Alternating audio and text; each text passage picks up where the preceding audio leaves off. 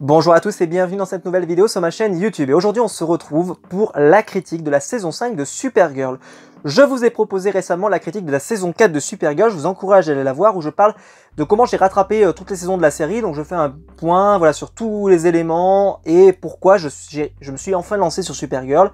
Et la raison, bien sûr, c'est cette saison 5 avec la présence au milieu de la série de Crisis on Infinite Earths. Alors j'ai fait une critique de Crisis on Infinite Earths séparément, donc je vous la mettrai en fiche sinon, voilà, si j'oublie pas, mais en tout cas sur la chaîne elle existe, de la Crisis.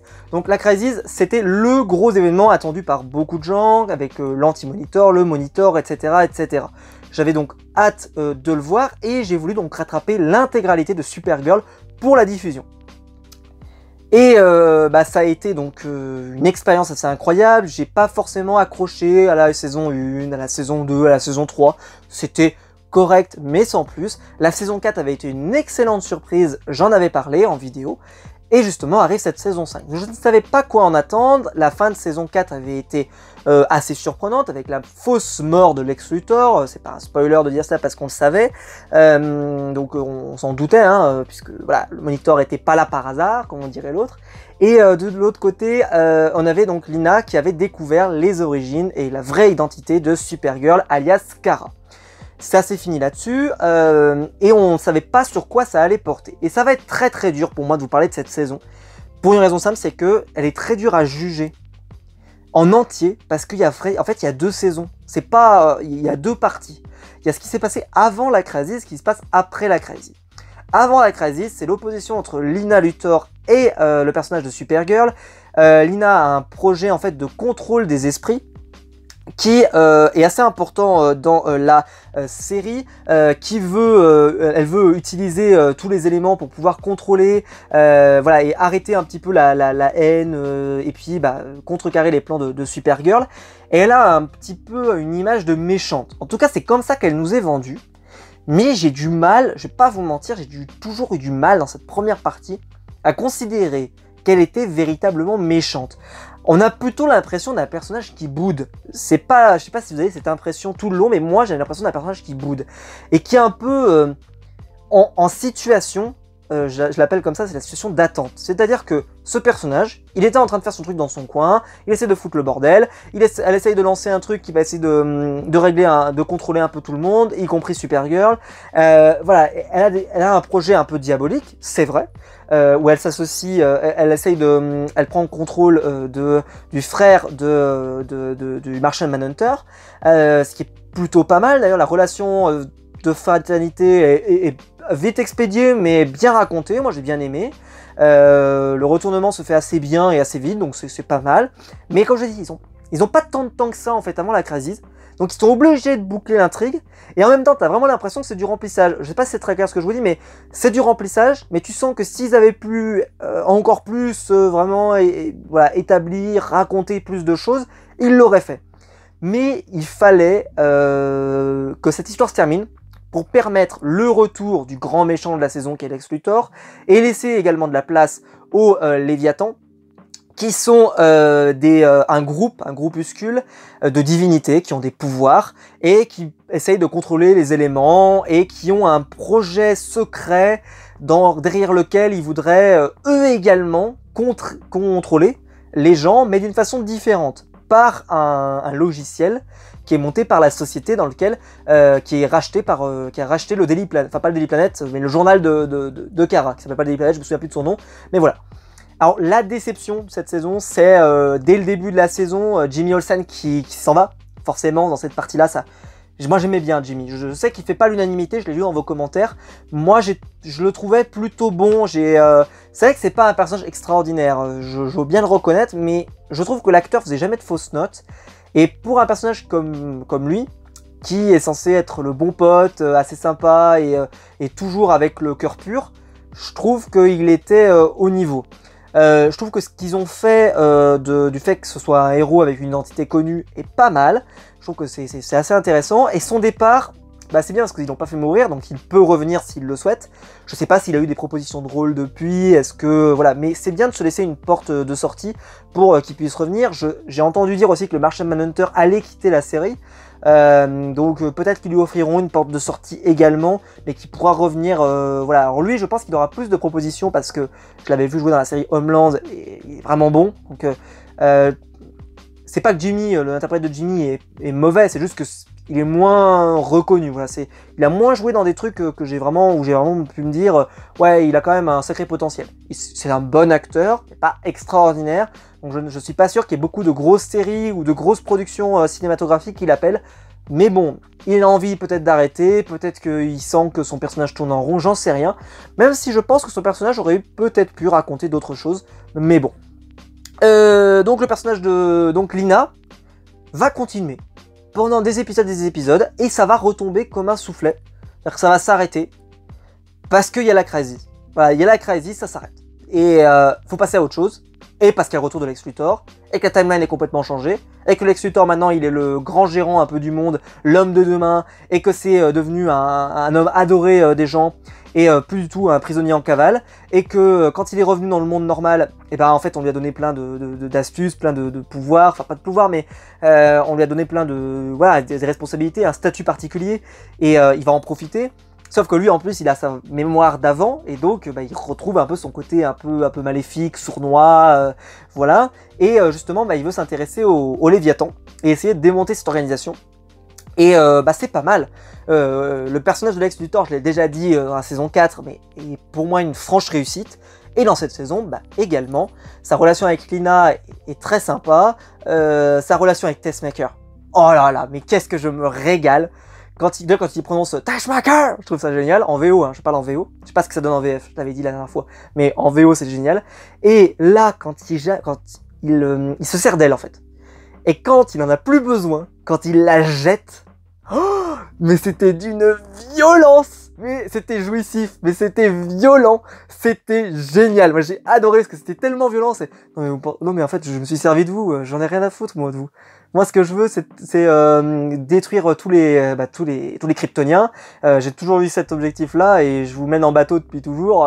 Alors, je vous ai déjà mené en bateau dans mon ancienne vie et ça n'avait pas marché malheureusement parce que voilà, à la fin, ça avait trop duré entre nous.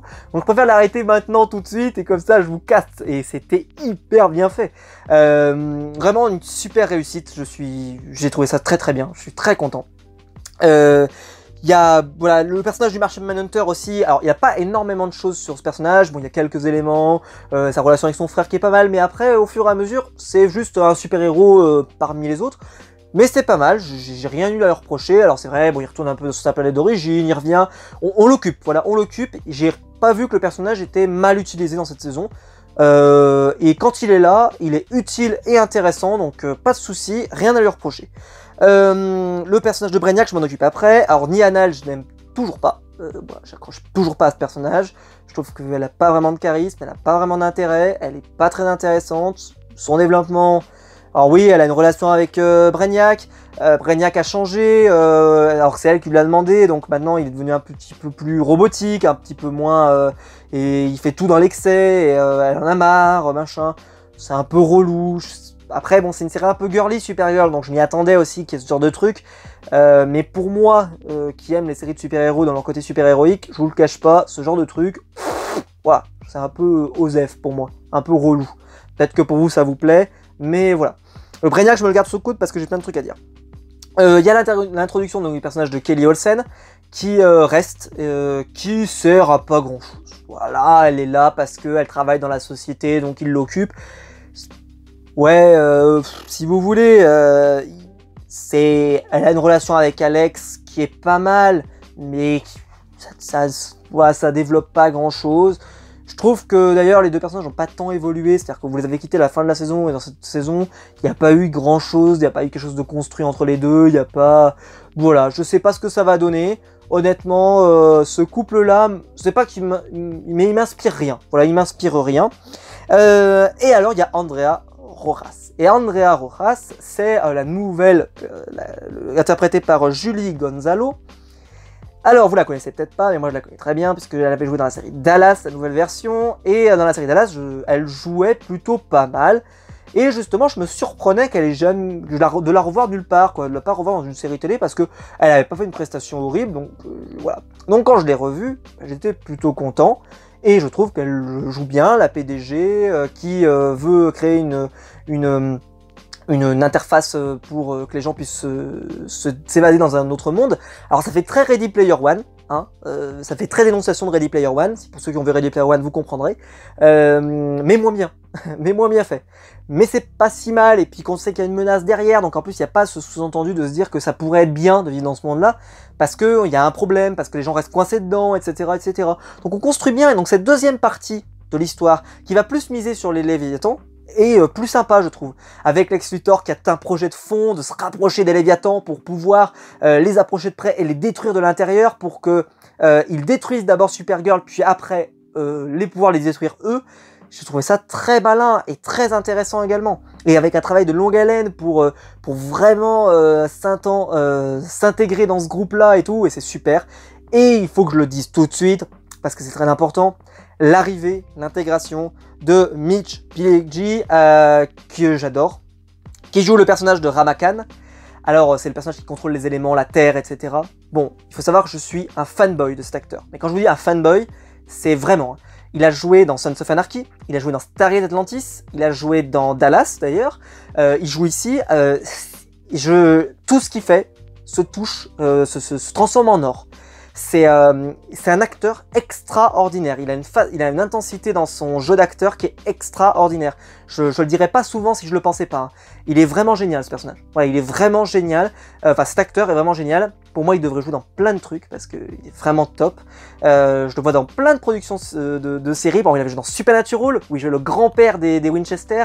Alors il joue très souvent des connards, bah, je vous le dis, il joue très souvent des connards, mais alors pour jouer un connard, il y a rarement mieux. Alors dans Stargate Atlantis il jouait un personnage bon, mais un colonel qui était très rigide, très enfin même sympa quand même, il était vraiment sympa. Et voilà, moi je l'adore, je vous mettrai la photo, hein, je vais essayer de vous la mettre parce que peut-être que vous ne savez pas qui c'est, mais vraiment c'est, pour moi quand je l'ai vu, j'étais mais super content. Je me suis dit mais celui-là j'aimerais bien que vous le mettiez assez régulièrement.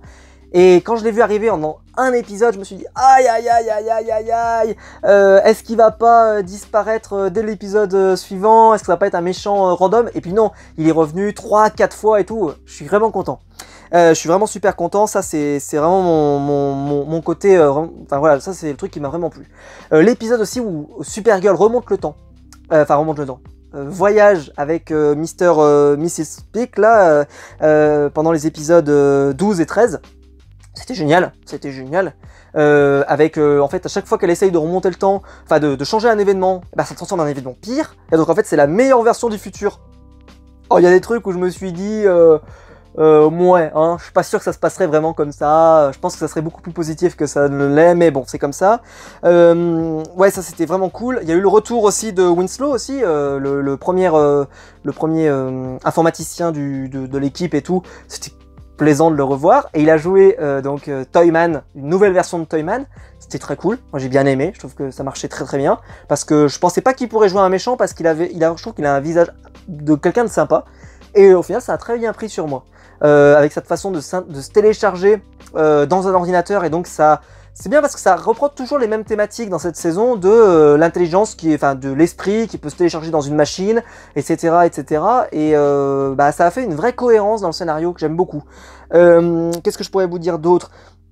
Il y a toujours le personnage de Lillian Luthor aussi, qui est toujours génial, qui a joué dans Desperate Housewives, et l'actrice a joué dans Desperate Housewives, et elle est vraiment top. Je trouve qu'elle joue bien. En fait, on sait pas encore ce que ça va donner, mais j'ai hâte. J'ai vraiment hâte. Maléfique était sympa. Je regarde un peu ce que j'avais noté sur mes fiches, mais ça c'est plutôt cool. Il y avait vraiment des bons personnages. Il y a l'interprète de Sam Gamgee dans Silence des Anneaux qui apparaît dans un épisode random. En plus, je me suis dit oh là là, mais comment gâcher un acteur pareil, quoi, mais c'est pas possible. Vous pouvez lui donner plus. Et j'ai eu l'excellente surprise de découvrir que dans la deuxième partie, il revenait dans la série. Je sais pas s'il va revenir plus tard, je fais partie des gens qui estiment qu'il mériterait mieux, parce que c'est vraiment un super acteur, et je trouve ça dommage que par exemple il se contente à devenir dans Stranger Things ou dans Supergirl. Je trouve qu'il mériterait mieux, mais ce n'est que mon avis. Mais il est génial, ouais, il est vraiment génial, et dans cette saison il est vraiment génial. Encore une fois, il sait tout jouer, quoi, il sait tout jouer, c'est top. Et puis voilà, le reste, j'ai pas grand chose à vous dire d'autre sur le casting, à part Brainiac, que je me garde pour maintenant. Alors, le concept de la saison, donc là je vous l'ai dit, c'est de combattre les Léviathans, et donc le premier Léviathan, Ramakan, lui, semble être vaincu. Mais par contre, il reste toujours la deuxième Léviathan, qui elle n'est toujours pas vaincue et qui est la grande menace. Et on découvre à la fin de la saison, qui n'est pas la fin de la saison, qu'elle n'est pas encore définitivement morte et que il va falloir encore en rajouter un petit peu. Ce qui est dommage parce que s'il l'avait tuée, on aurait vraiment pu croire que ça aurait fait une super fin de saison. Mais là, on voit bien que c'est pas une fin de saison, on le voit. Et alors, bon, il faut parler de Brainiac. Alors, Brainiac, j'ai plein de choses à dire, mais je vais vraiment essayer d'aller vite. Il y a deux éléments. Il y a le côté hyper relou du personnage qui est devenu une sorte de robot sans sentiment. C'est pénible, c'est pas très intéressant. Vu qu'en plus je suis pas fan, moi, du personnage de Nia et que je trouve que la relation entre les deux, honnêtement, c'est pénible, c'est pas très intéressant et c'est un peu chiant, ben j'ai pas aimé. Par contre, ce qu'ils en ont fait, c'est-à-dire le fait qu'il se retourne contre tous ses amis en tant que dirigeant de l'organisation et contrôlé par Lex Luthor qui lui dit qu'il fait ça pour le bien et que ces autres personnalités qu'on a rencontrées dans un épisode, eux aussi lui disent qu'il faut qu'ils suivent Lex Luthor parce que c'est ce qu'il faut faire. C'est ça qui va amener le bien dans le monde et c'est ça qui, voilà, même s'il va falloir passer par un peu de mal parce qu'il faut s'associer à un mec comme Lex Luthor, c'est ça qui va permettre la réussite, le taux de réussite avec Lex Luthor est extraordinaire, alors que s'il n'est pas là, ils ont quasiment aucune chance de gagner. Et ça, j'ai trouvé bien. Brainiac, vraiment, là-dessus, c'était bien. Et bien sûr, son presque sacrifice, là, où il se voit dans la pièce, et il sait qu'il va mourir, et où il dit à la personne qui l'accompagne, qui n'est pas vraiment présent, mais qui, voilà, où il lui dit, bah, je veux que tu m'accompagnes parce que je veux pas mourir seul. C'est très réussi. Et l'arrivée de Lex Luthor, qui à la fin lui dit mais tu t'es sacrifié pour rien, ça sert à rien ce que tu fais. Parce qu'en fait, bah voilà, c'est pas, si jamais je peux pas tuer Supergirl, je peux toujours l'enfermer. Et là tu vois ça, toute la déception du personnage de dire bah moi j'ai sauvé mes amis, et là Lex Luthor qui le calme tout de suite derrière et qui lui dit non en fait t'as juste retardé l'échéance, c'est tout. Et j'ai trouvé ça très bien aussi, c'est très réussi, parce que c'est vraiment le côté hyper méchant du personnage, qui là, le mec il est en train de mourir, il va rien faire pour lui, et il va lui dire vous avez été un bon élément, je suis vraiment content de vous avoir rencontré, mais maintenant vous me servez plus à rien de toute façon, donc mourrez en paix quoi. Et c'était très réussi, non, j'ai pas tout aimé, mais la fin était réussie. Alors je sais pas s'il est vraiment mort. Comme je le dis souvent, hein, si on ne voit pas le personnage mort, décédé, sur le sol en train de crever, pour moi il n'est pas forcément mort, donc peut-être qu'ils vont le sauver dans le prochain épisode. Voilà, je dirais pas, enfin, vu que la saison n'est pas finie, je suis pas sûr qu'il soit mort. Voilà, parce que si ça avait été une fin de saison, j'aurais dit, ah ouais, ça c'était le gros truc de fin et tout. Mais là ça se produirait donc 3 épisodes avant la vraie fin, 3-4 épisodes, je suis pas convaincu qu'il soit vraiment mort. À vérifier, à vérifier. Le personnage de Supergirl va rencontrer quelqu'un. Son nouveau petit ami, enfin qui n'est pas encore vraiment son petit ami, hein, c'est en construction. C'est un journaliste. Pour l'instant, il n'a pas de potentiel. Je trouve qu'il n'a pas un potentiel. Voilà, c'est une belle gueule. Je pense que c'est pour ça qu'il a été choisi. Il a des valeurs, mais on raconte rien avec ce personnage pour l'instant. Surtout que la Crisis a pas mal ruiné le personnage, je trouve. Donc voilà, on raconte rien pour le moment. Donc à voir. Peut-être que je vais me tromper et que ça va être une vraie révélation et qu'on va se dire ah là là, ouais, c'était pas mal. Mais pour le moment, j'ai l'impression que le duo avec Supergirl, le couple avec Supergirl, avec Kara, je suis pas convaincu. C'est mon avis, je suis pas convaincu. Comme vous pouvez voir, je suis pas convaincu par la plupart des couples qui sont créés dans Supergirl. C'est comme ça. Peut-être que c'est trop girly pour moi, je me rends pas bien compte, mais la plupart d'entre eux, je n'y crois pas malheureusement. Voilà, je vous ai tout raconté. C'était c'était pas mal. C'était pas mal. C'est juste qu'il y a 2 parties quoi dans la saison. Et la première partie, elle m'a vraiment déçu parce que l'arc avec Lina a traîné un peu en longueur et c'est un peu dommage. Par contre, dans la deuxième partie où il y a le retour de Lex, bah ça change tout. Et c'est le truc qui me fait peur, c'est qu'on a eu pas mal de rumeurs, pour ceux qui voudraient pas savoir, peut-être quitter la vidéo maintenant, vous voulez pas savoir. Parce que les épisodes qui nous manquent, on a eu des informations là-dessus, en particulier par rapport à l'acteur qui interprète Lex Luthor, qui a dit « Je ne sais pas ce que devient mon personnage », puisqu'ils vont l'arrêter avant la fin. Ce qui voudrait donc dire que s'il ne sait pas ce que devient son personnage, c'est que si on rajoute des épisodes, eh ben, il va avoir une fin définitive. Donc est-ce qu'il va être emprisonné? Est-ce qu'il va être tué? S'il vous plaît, ne le tuez pas. Vous ne pouvez pas vous passer d'un personnage aussi bien. Mettez-le en prison. Enfermez-le, si vous voulez. Ça me dérange pas. Mais ne le tuez pas. Ne faites pas cette erreur. Je veux dire, Arrow, ils ont été malins. Quand ils ont eu Deathstroke, ils l'ont pas tué à la fin. Ils l'ont gardé, ils l'ont emprisonné. Ne le tuez pas. Si vous le tuez, vous faites une grave erreur. D'accord? Vous m'écoutez, hein? Vous le faites une grave erreur. Parce que, justement, les 2 dernières saisons là que j'ai vues, que j'ai trouvées bonnes, eh ben, ça repose beaucoup sur Lex. Et si vous vous privez d'un personnage comme Lex Luthor, pour moi, vous faites une grave erreur. Vous faites une grave erreur. Alors peut-être que l'acteur n'a pas envie de revenir, hein, j'en sais rien, hein, mais si je serais vous, moi, je le garderais. Je le garderais, parce que Lex, ça peut être un super atout pour les prochaines saisons, même s'il est plus le méchant. Mais l'avoir en prison, que Lina aille le voir, qu'il foute le bordel et tout, ça peut vraiment continuer. Vous n'êtes pas obligé de l'avoir toujours, vous pouvez le mettre de côté pendant peut-être 1, 2 saisons, et puis le reprendre plus tard, c'est pas grave, mais gardez-le sous le coude, ne le virez pas, ça serait vraiment trop dommage. Voilà, ne le tuez pas. Je compte quand même sur Supergirl qui tue rarement ses adversaires pour ne pas le tuer. Voilà, c'est pas possible. Voilà, s'il vous plaît, non. Est-ce que par contre ça pourrait se terminer avec Lex qui serait pas complètement battu? J'en sais rien, mais vu la façon dont il nous l'a raconté, comme quoi il pensait que son personnage ne reviendrait pas, j'espère qu'ils l'ont pas tué, quoi. Franchement, le tuez pas, s'il vous plaît. Ne le tuez pas. Et puis voilà, enfin, et la deuxième partie, donc comme je l'ai dit, avec on a plus insisté sur les Léviathans, sur le personnage de Lex Luthor, sur la relation avec Lex Luthor Brainiac, sur enfin bref, tout était réussi dans cette partie-là. Et même le dilemme de Brainiac qui peut pas raconter aux autres parce que pourquoi il s'associe avec Lex Luthor, etc. J'ai trouvé ça réussi. Donc une bonne surprise, cette deuxième partie. La première partie, j'étais un peu moins fan. C'était pas un ratage, c'est juste qu'on sent qu'ils étaient au frein à main, quoi. Et qu'il fallait attendre la crisis. Et dès que la crisis est passée, boum, ils ont lâché les chevaux et hop, enfin la saison a vraiment démarré et on a enfin raconté l'histoire qu'on devait raconter. Donc peut-être que la crisis a eu un mauvais effet sur Supergirl, peut-être plus que sur les autres. Pourquoi? Parce que Flash et Arrow, leur première partie, leur histoire, c'était la crisis. Flash devait essayer de pas mourir, et Arrow devait essayer de pas mourir, si on va schématiser. Et Supergirl, elle, ils ont vraiment fait une histoire, voilà, loin de la crisis. Elle n'était pas concernée. Enfin, pas vraiment concernée. Et je terminerai juste sur un dernier point, j'en avais parlé, alors je pense que ma théorie va tomber à l'eau, parce que je vous avais dit, ce qui serait cool, c'est que si Lex Luthor devient au sommet du monde, j'en avais parlé dans ma critique sur la crisis, on pourrait avoir un des comics que j'aime beaucoup, qui s'appelle Président Lex Luthor, où Lex Luthor devient président des États-Unis. Donc je me garde cette porte de sortie, c'est peut-être que la fin, c'est pas la défaite de Lex Luthor, c'est Lex Luthor qui devient président des États-Unis.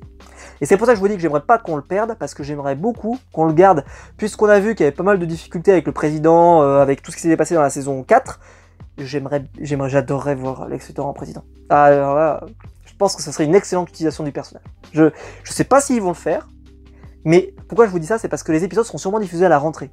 Et à la rentrée, c'est l'élection américaine.